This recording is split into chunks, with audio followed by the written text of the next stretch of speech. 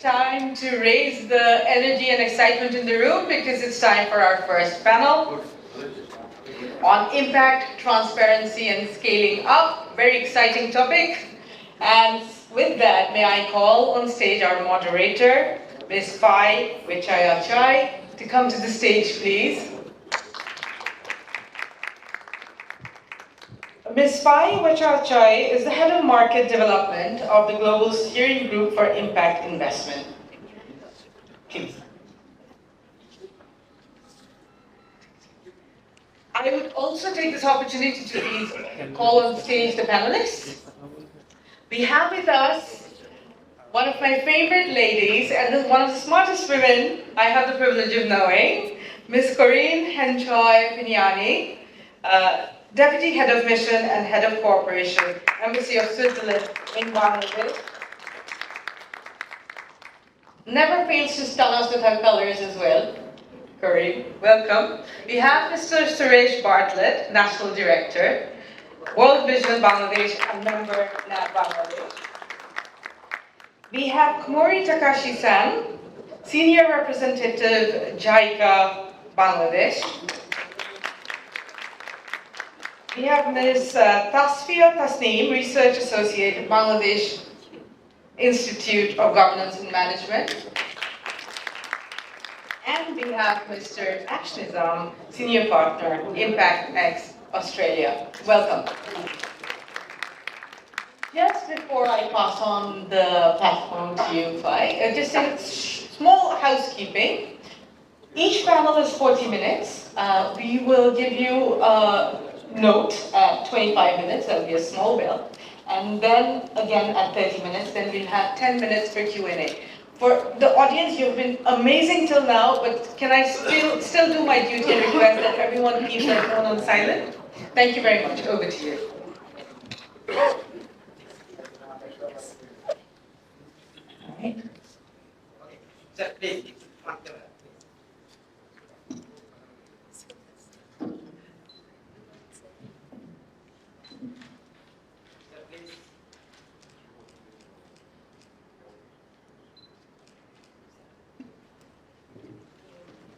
So, good morning everybody. Sawadee ka. My name is Fai Vichayachai and I work for the Global Steering Group for Impact Investment. And I'm very glad to be here today. I come from Bangkok, and so this is my first time here in Dhaka, and I'm very excited to meet with all of you and to have all the panelists here joining us. So at the GSG, as you probably have heard a little bit from the Bangladesh NAB, but our work at the GSG for the past 10 years has been to advocate for impact investment and to drive an impact economy, one by one, country by country, through the work of the National Advisory Board, like the Bangladesh NAB, in order to accelerate for an impact revolution. And so what do we mean by impact? Impact means what actually was said earlier, doing good and measuring it. Doing good in terms of improving people's lives and improving the environment. And measuring the good that we do. And why is it a revolution that we need? To shift from just making money to making money, doing good, and doing well at the same time. And how do we know that the good that we do is actually making changes in people's life? We measure it. And so today, here with the panelists, you will be hearing a little bit about impact transparency, but why we need to have an impact audits, and how we could engage with more stakeholders in order to follow the practice of measuring and disclosing data, and leverage that as a tool to impact washing. You hear about best practices from some of the organizations here today, and hopefully that will inspire you to take a proactive approach in measuring and managing impact. And in a few years' time, I think in 2026, when Bangladesh is going to graduate from being the least developed countries into being a middle-income country, then the country is moving from nascent development ecosystems, from being the recipient of development finance capital, to creating a vigorous and sustainable capital market. And as the market is growing, standardization of impact measurement will be very essential to bring clarity to the market. It will be more important than ever that we implement impact transparency, practice it, and understand the existing frameworks and tools that can help us to conduct businesses and help flow the capital to where it's needed the most. The global community now is also calling out for more transparent disclosures of data, and it's crucial to be aware of the new developments and the work of some of the organizations like the International Sustainability Standard Board, or ISSB, which Farhad has mentioned. And you'll be hearing a little bit from one of our panelists here today as well. So it's my honor to invite the panelists to join me on stage here. On my right here is Corinne Henschel-Spignani, the Deputy Head of Mission and Head of Cooperation from the Embassy of Switzerland. Thanks for joining us. Tasfia Tasneem Ahmed, the lady on the right, Research Associate from Bangladesh Institute of Governance and Management. Mr. Komori Takashi, Senior Representative from JICA Bangladesh. Mr. Suresh Butler, National Director of World Vision Bangladesh and member of the NAB Bangladesh. And last but not the least, Aj Nazim, Senior Partner from ImpactX Australia. So because we don't have too much time, I'll just jump right into the question, and I'll maybe have you, Corinne, share a little bit about sort of the global and local landscape. So through your role at the Swiss Agency for Development and Cooperation, what trends are you seeing happening globally in the realm of transparency and impact investment? And how does that translate into the work that you're doing in Bangladesh? And why is it important that investors and stakeholders, and maybe some of the audience here as well, to be transparent and disclosing data? I know that's a lot of questions, but I'll leave the floor to you. But they are key questions. Thank you so much, Fai. It's a great pleasure to be here today, and I'm going to start by quoting my dear friend Farhad. It is all about SDG Smart Bangladesh. Because for Switzerland, this is where the journey began. It began when we had the discussion at global level on the Agenda 2030 and the SDGs. And back then, it became even clearer that to achieve the SDGs, you need the engagement of the private sector. And you need the engagement of the private sector not in terms of corporate social responsibility, not only in terms of providers, but really the private sector as developing market solutions for achieving the SDGs. And Switzerland was vocal in this debate when the Agenda 2030 was approved or committed to. And then comes the reflection, okay, what does it mean? So what does it mean for us as a development partner? How do we go about it? And then, you start exploring what is out there, and you had the journey on the impact investment. And then we realized that one of the challenges is when a company, a business starts with a good idea, with wanted to make an impact, helping reaching the SDGs with the market solution, then the challenge is to grow.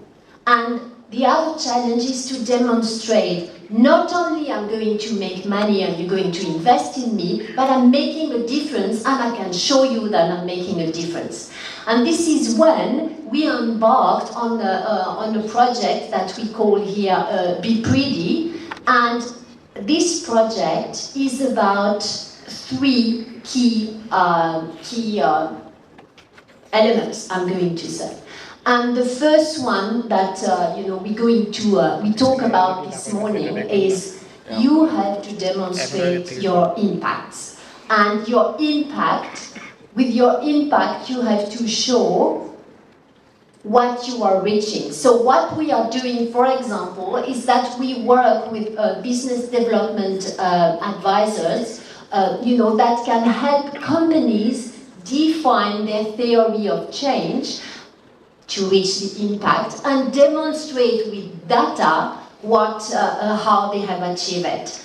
And what is very important for us, and it is why we have partnered up with the NAB to do the policy landscape analysis that you have on some of you on the table, but also we partner up with the NAB to develop the strategy and action plan for impact investing in Bangladesh. It's because there is a real risk of impact washing. And if everything becomes impact, then for an investor, so in what am I exactly investing? So this is why with our project Be Pretty, together with Light Castle, very nice to see you, Bijan, we work on finding investors that are ready to help the companies grow, working with the service providers, business service providers, to help the companies define their theory of change and collect the data to demonstrate the results. And thirdly, of course, we work with the regulatory authority, for example, with BIDA, because you also need kind of a policy environment, so you have incentive for investors to invest in impact. And the last thing I'm going to say, maybe in the question I can also give more examples, but just to be very trivial, it is not because you have an organization led by a woman, or it is not because you had mainly women as employees that you are contributing to the SDG 5. You have to show more than that. Thank you. Thank you very much. I like that. I know you have to show more for that, because there's actually a couple of elements that embedded in how you measure impact, and in order to help all of us to achieve the SDGs. It's also great to hear that you are supporting the Bangladesh NAB on the national strategy, because that's actually something that I am working with a lot of countries in Southeast Asia to try and create a similar national strategy in order to drive impact investment and impact economy in those regions. So thank you. So Tasfia, maybe I will go to you. And you have been working in Bangladesh, and kind of probably the one that's the most familiar with the Bangladesh ecosystem here. And maybe you could share a little bit about the state of impact transparency in Bangladesh. What are the transparency practices that you think the market here needs? And what are some of the existing metrics that you think is possible to replicate here in Bangladesh? Thank you so much, Fai, and thank you so much for NAB Bangladesh for inviting me. It's a pleasure to be here today. So to answer your question and other things, I first want to say that we are still developing and progressing in our quest to establish an impact investment ecosystem. So to measure or to achieve impact transparency, first we need to build the whole ecosystem of impact measurement and management. After we have done everything, and we have done a lot of efforts to build impact measurement and management, we can progress toward impact transparency, because at this developing stage, it's not very easy to achieve impact transparency at this stage. So we have a lot to do, and we have a lot to contribute towards building the ecosystem and impact measurement and management to achieve impact transparency. After that, there are many stakeholders and key players in market. To achieve impact transparency, we need to build impact measurement system, and it's not very easy to establish an impact measurement system. Impact measurement is just a part of the whole impact management system, because there are key points, such as building the database, providing the technology, the resources to the impact enterprises, so that they can achieve impact measurement system. After that, we have to audit that impact measurement as well. So it is also about the framework, as you mentioned. It is not going to be that smooth that we adopt a framework and then we expect the impact enterprises to start abiding by them. We need to build capacity at first. We need to provide them with the technology, the resources, and all the supports that they need to start measuring the impact. Let's say, for example, if I say in Khulna or in Bagirhat, in a rural region of Bangladesh, if an impact entrepreneur today decides to start selling solar panels to improve the energy poverty and other. So she probably only knows the technology and how to sell, how to promote that. Teaching her how to build the impact, how to measure the impact is not easy. We need to build system to teach all kind of impact entrepreneurs, and we need to enable stakeholders to understand the impact measurement or the calculated impact she is measuring. So we need to enable her in every step. First, we need to assess the ecosystem or assess the outcome that she is trying to measure. Then we need to estimate the economic value of it. And then we need to calculate, or we need to make it standard, to make it measurable and comparable. After that, so in this context, we need frameworks, right? Because it's not easy, or it's not a very smooth process to measure impact, but still we need to do that as well. So about metrics, today, at present, many regulatory bodies and many other organizations are building frameworks for impact measurement. Some of them are IRIS Plus, the core metrics, and then there is Harvard's Impact Multiple of Money, IMM. There are ISSB's S1 and S2, which are not impact measurement systems. However, they are material for impact measurement as well, because you cannot expect a drastic change to occur if you don't start building ESG ecosystem frameworks as well. So, and in these frameworks, we were discussing that if we adopt, let's say, Harvard's Impact Multiple of Money, IMM, in which they first assess the economic outcomes, then adjust for the risks, and then they divide it by the total assets or total investment to measure the impact for every unit invested. That is a good metric. However, it will not probably be prudent to adopt a metric like that in our economy, because we are an emerging economy, and we need to account for many other factors here. Probably we should develop a different metric for our countries like ours, and we can learn from best practices. We need to first, as I have spoken with our regulators and our stakeholders, probably they want to learn about two kinds of outcomes. First, they want to see what macro level output that impact enterprise is having, and also the project specific output. Let's, for example, the example I was mentioning about a solar panel system. From the solar panel system, the project specific outcome will be the decrease in indoor air pollution from the solar panel, from the use of solar panel. So that these are project specific outcomes. From this project-specific outcome, we will be able to achieve many macro-level impact as well. So, so in a nutshell, it's not possible to just adopt and start abiding by frameworks, as it's very important step of impact measurement and management, right? First, we need to measure it, then we need to manage and audit this, right? So we need to adopt a framework, create it, and customize it to our own needs. Then we need to, it's very essential that we build the capacity as well for our stakeholders to understand, to be able to read, and then to be able to decide based on this impact measurement system. So yeah, thank you so much for your question. Thank you, Tasvia. So I think a couple of important things is that, there's so many already existing frameworks. You just need to take that and customize it, right, to what you think your company or the work that you're doing is needed.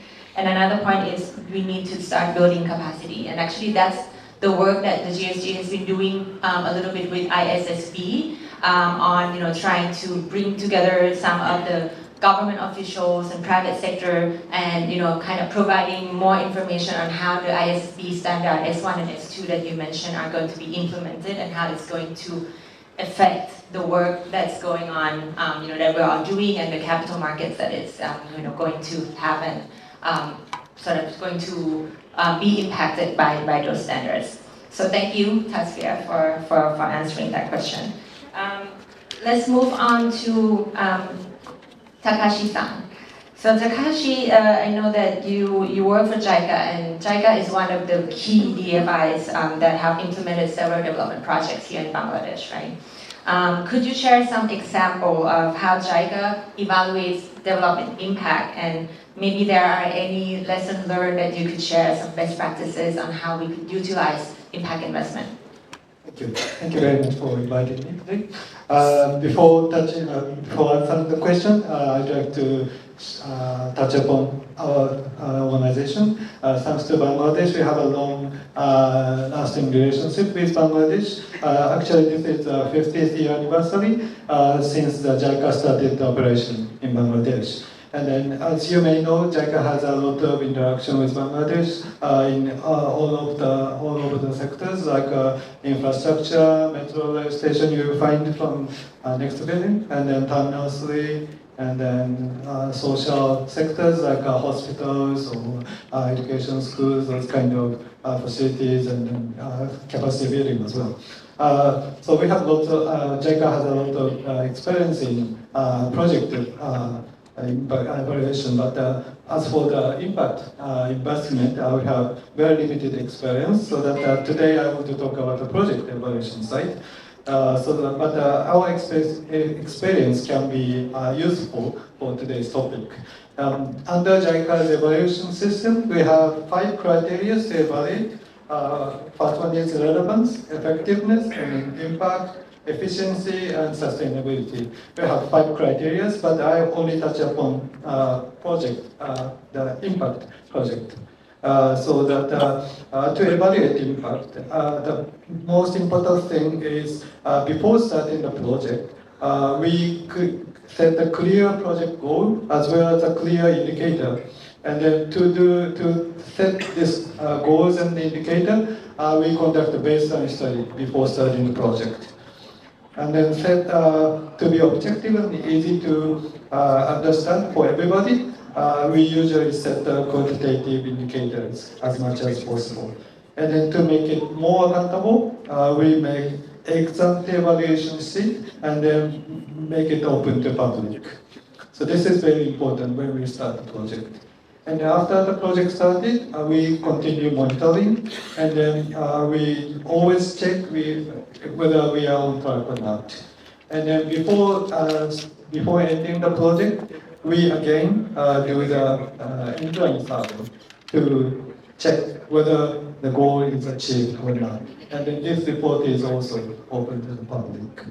And then finally, after 3 to 5 years of the project ending, we do ex-post evaluation. For us, JICA, this is a real evaluation for JICA's project. And then actually, we checked several things, but I only touch upon some. That we check if the indicators were appropriate, whether we set appropriate goals or not. If it is not appropriate, like the goal is too low or too high, the examiner will evaluate or change the indicator, and then they evaluate it based on the changed evaluation, to change the indicators. And then we also check if the project generated additional value from the project, or if the project has positive impact or the negative impact, like in terms of the environment or social or gender issues. And then more importantly, this evaluation done by the outsider, third party. We ask them to do the impact. So, and especially if the project has a very huge impact in terms of the size or in terms of social and environmental impact, we really ask those outsiders to do this evaluation. And then under the responsibility of the evaluation, JICA cannot be involved, so that the evaluation report is loaded and then open to the public. And then for us, JICA, it is very much scary, but this increases our accountability project. So this kind of way of evaluation, I think this will be useful for impact evaluation, so that first we set a clear goal and then clear indicators before starting the project or before starting the business. and then indicators should be measurable, and then the calculation method also should be in the public. And then I heard that the issue here is it's easy to manipulate baseline or the achievement. So not to do so, we ask you to have some outsiders to evaluate the impact. So JICA has lots of project evaluation, and then we set lots of indicators. If you want to see some of the example, we compile all the indicators in the website. If you Google the JICA and then indicator, JICA evaluation indicator, you can find the past indicators there. So thank you very much. Thank you very much. So I think what we take from you, Takari-san, is that impact transparency is actually not something new. You may have just started to hear this as it's becoming a trend, but it's something that many of the development organizations have been doing and already know how to do it. They've been doing, through their impact measurement and evaluations, right? And this is something that you've been doing for a long time, especially if you're like grant receivers. You also have had to show to your funders that the project that you are doing is actually creating good and creating impact. Setting KPIs, right? And also you mentioned about continuing evaluation. There are several phases that you have to do that. It's not a one-time thing where you do it in the beginning.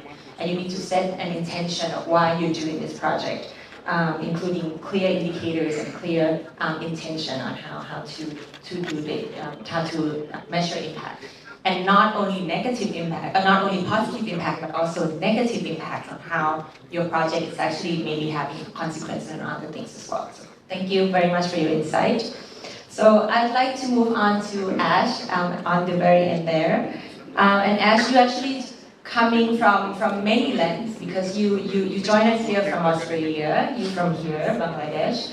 And you've been having a broad range of experience in working for a global management consulting firm. You work in digital adoption through an impact venture fund. And you also serve on the board member of an international NGO that provides humanitarian services for Afghan refugees. So many things you're doing, many great things. So from the different lens that you have, what are some of the key obstacles that are preventing impact transparency and from scaling up in impact investment? Can you share a little bit about that? Thanks. And first of all, before I start, hello everyone, and assalamu alaikum to everyone. I'm from actually, as Pai mentioned, I'm from Bangladesh, so I can actually very clearly understand, not actually, I can see the impact the economy has come from. I'm coming to Bangladesh after 2 years. I'm based out of Sydney. So the context to see that impact in real life is very fulfilling to an extent, or to what Farhad Akhil mentioned earlier, like he's back in this country after 30 years. So I want to keep this conversational, if that's okay, because as you mentioned, there's a lot of topics in my head and I can approach it in different ways. But from a point of view of impact, of measuring impact and scaling, I think there's a couple of ways we can cut it, but for these discussions for today and what the country is and what the economy is, and we just heard today that this is in the 5th years of this, almost, I would say, adoption. So it's a very nascent sort of an idea that is sort of bubbling away, but there's been a lot of good work done by NAB and Build Bangladesh.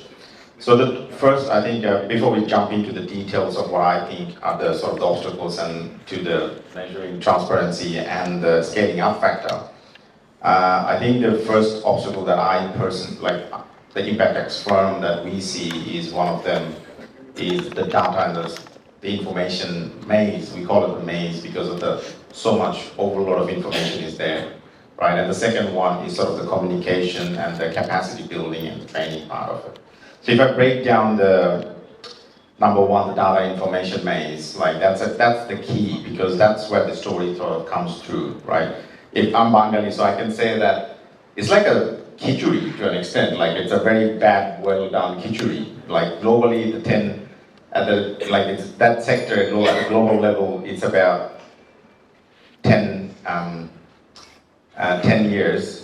But then from the data set, if you don't get the right data, you can't necessarily audit it.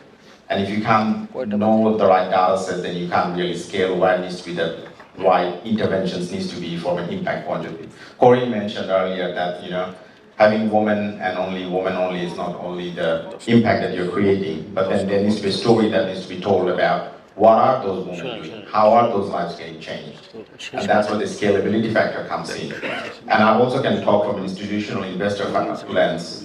From that perspective, it's also like, where is the capital being deployed and how is it being used?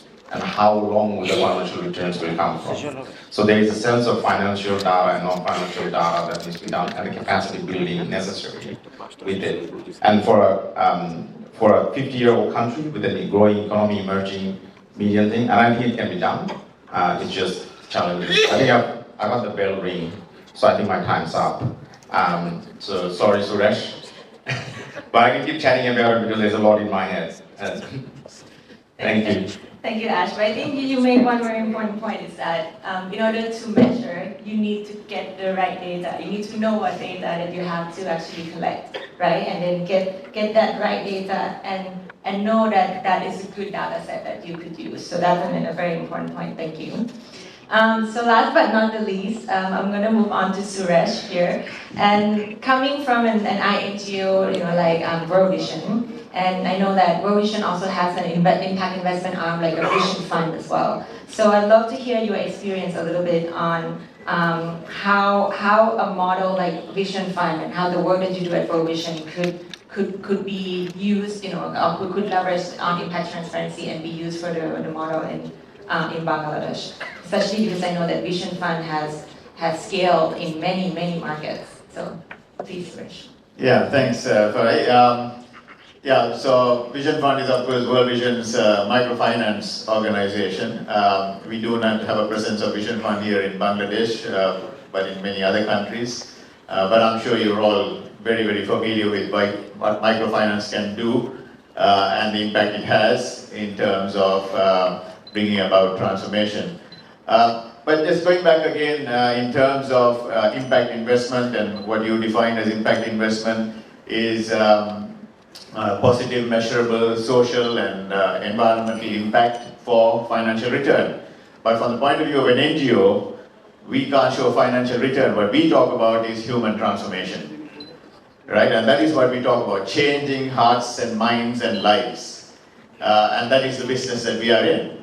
And that is what we can show impact on the basis of those indicators that we track, and all those indicators could be linked to the SDGs that were mentioned as well. And that's what we will do on an ongoing basis. But this is not easy. I mean, there's been a lot of investment that has gone into it, and a lot of work that is involved in doing this on an ongoing basis. And typically when you talk about a donor-funded project, which might be very limited in terms of time, maybe 2, 3, 4, 5 years max, it's a lot that you're trying to do within that time frame. But typically at World Vision, in our long-term development programming, where we are in those communities for 15 years at least, and we're only able to do that because we have private funding, we are better able to measure that impact and to be able to demonstrate that on an ongoing basis. The other important thing is to be able to do outcome monitoring on an ongoing basis, yearly or even biannually as well. And that again is a huge investment, but again we can do that and then make course correction if we have to make course correction as well.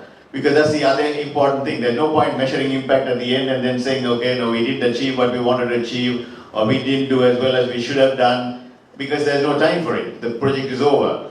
And so if you can do and invest in outcome monitoring as well, and be able to make course correction as you go and learn from the best practices as well, that makes a huge difference as well.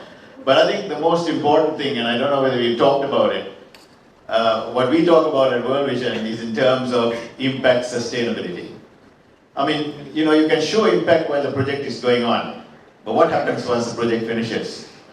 And this is, I think, what government also has always been talking about, and that's why they are sometimes so skeptical about the work that we do and the impact that we try to show. Is that impact sustained? And this is so important, and this is why when you talk about human transformation, changing hearts and minds, that those communities are able to continue the development and continue the impact as well on an ongoing basis. And at World Vision, this is something that we have grappled with, and that is why we think we need to have that at least 15 years in those communities to be able to make that happen, and to be able to demonstrate that as well. And so we even go and do post-closure evaluations. We do post-closure monitoring. Again, normally on a donor-funded projects, none of that is available, or that kind of funding is not available to do that. But in the case of private funding, that's what we're able to do as well. So certainly, like we said, Vision Fund or microfinance is a good example of impact investment for financial returns. Today we are also, say, for instance, looking at carbon programming or carbon credits. Again, that might be a good example for environmental financial returns as well. So I think that's the other important thing that we can look at going forward. But I think again, in terms of the work that we as NGOs do, I think one of the things that I would like to leave with you is today to look at what is the biggest issue facing Bangladesh in terms of its overall context. And for us, it is child marriage and children dropping out of school and child labor. Can we look to come up with innovative solutions here whereby we can address these issues and still, maybe hopefully if we can make a financial return, that'd be great. But if we can do that and change Bangladesh for the future, I think that'd be the best thing that we could all do together. Thank you. Thank you very much, Suresh. So I don't know if we have time for questions, do we? Okay. So we have a little bit of time for maybe a couple of questions, 1 or 2 questions from the floor. I don't know if anybody are, okay, there's a gentleman on the very left here. I think the mic is going to you. Please also introduce yourself and where you're from, where you're working from. Yeah. This is Siddharth Mohammad Anwarul Islam. I am from the Tagore University of Creative Arts in Bengali, Rabindra Srijan Kala Vishwavidyalaya. I am over there as an associate professor. Actually, I am just hearing all those things and I have no idea about the impact investment. But what I understand, just some discussion. So the management, and if you're talking about the efficiency, management efficiency, then governance, something like this. So there are some macroeconomic impact in our country. We are losing every day in $100 billion for the inefficiency of the traffic management system. I'm talking about the traffic management system. We can build 2 Padma bridge and 1 metro rail every day. But I'm not talking about that this is a government failure, I am talking about the management failure. So that is one question. How the private sector or the NGOs can do something for this system in a different innovative ways, that should you think about it. And the next one is, we have a very, very growing leather sector. Every year, there are a lot of hide and skin is producing over here. And we need only technology and some innovative approach to go through. We have a very, efficient garment sector. All over the world they are doing well. At the same time, if you think about the leather sector, there are a lot of opportunities to invest over here and we can go through over there. Thank you very much for giving an opportunity to say something about here. Thank you. Thank you very much for your question. I'll let the panelists think about maybe whoever would be volunteering to answer some of this question, but maybe I'll address a little bit on just aligning on understanding on impact investment. And thank you for asking that question. So for us at the GSG, and I think for the Bangladesh NAF as well, when we talk about impact investment, we talk about an investment that have an intention from the beginning of doing good. And we talk about doing good and actually measuring it. And that's what's the difference between impact investment and ESG investing or sustainable investing. You don't just claim that whatever you're doing, whatever investments you're making is actually doing good, but you measure it and you actually, can actually say that it's actually benefiting the stakeholders and it's contributing to the solutions of the problems you're trying to solve. I don't know if you would like. I cannot answer fully your question, but when I was listening to you, something that came in mind, two things. The first thing, I don't think that every issue in a society, any given society, can be addressed only through impact investing. Impact investing is a particular field of intervention when you address a particular issue, social or climate or governance or whatever. And the beauty of this approach is that when the country and the market evolves, the market solution evolves as well. Now for the question that you are putting to us, what we can do, I think there is a very interesting cooperation between the government of Bangladesh and the World Bank, in particularly IFC, and Switzerland is supporting this program, is the work that is done around the environmental, social and governance criteria that are used in every procurement that or in every lending that financial institutions are giving in Bangladesh. So that's what came to thoughts. Thank you, Corinne. Ash, you have a very brief comment you'd like to add? Is this working? Yeah. Yeah, just related to that question, it just sort of came to my mind. I think I started saying that the country is 50 years old, so there's a growing entrepreneurial market that will be developing soon. So the challenges that are getting facing is not necessarily the impact sector that will sort of resolve some of them. There will be other sectors like venture capital or private equity will come into this play where these issues can be resolved, and this is where the private sector will need to step in. And this is the beauty, right? And again, sort of if you can infuse what Faye said earlier about the intention and purposefully making the change, that will drive resolving the issues. I think that's where we should be, and that's where we are now. Yeah, I just wanted to add that on, Faye. Yeah. No, thank you. That's a good point. Because there are different mechanisms, different financial mechanisms and tools that you could make. And actually, I think there's a panel after this that will actually address some of the impact tools as well. So I guess if I could just have 1 minute just to wrap up.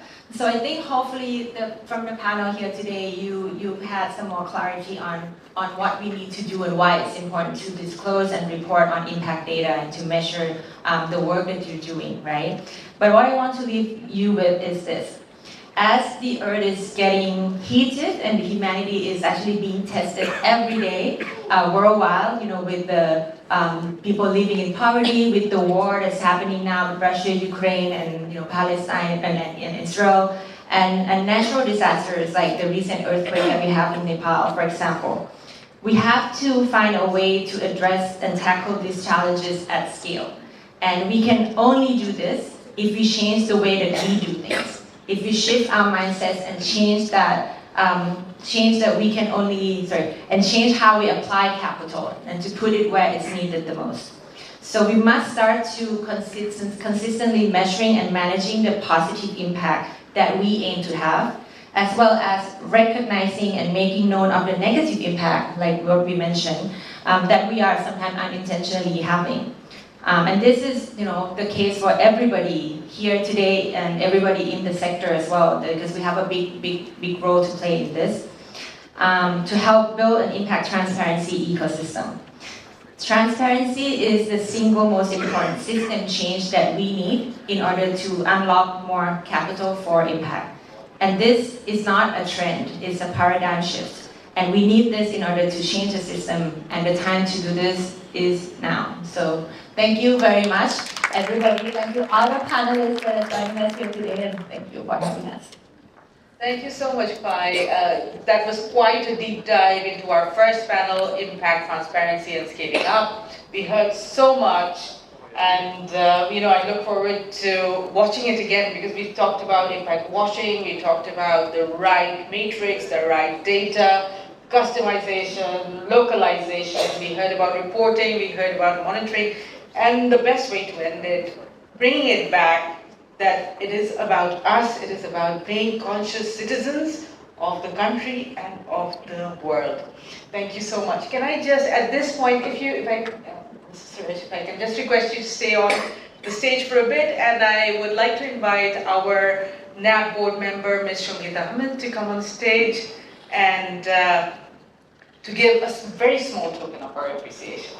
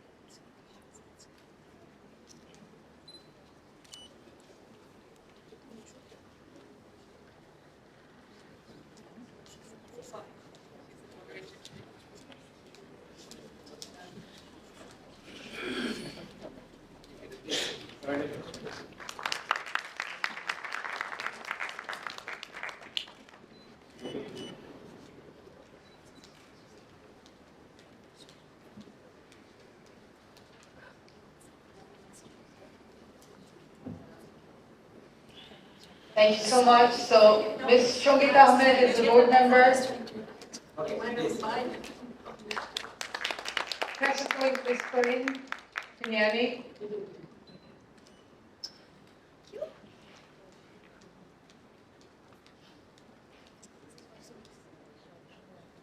Mr. Suresh Bartlett, thank you very much.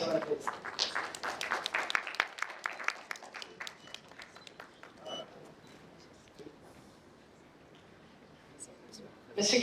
Komori Takashi from Jakarta.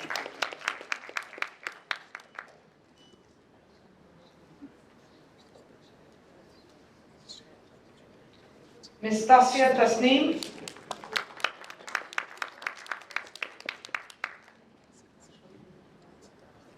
And Mr. Ashton Zain.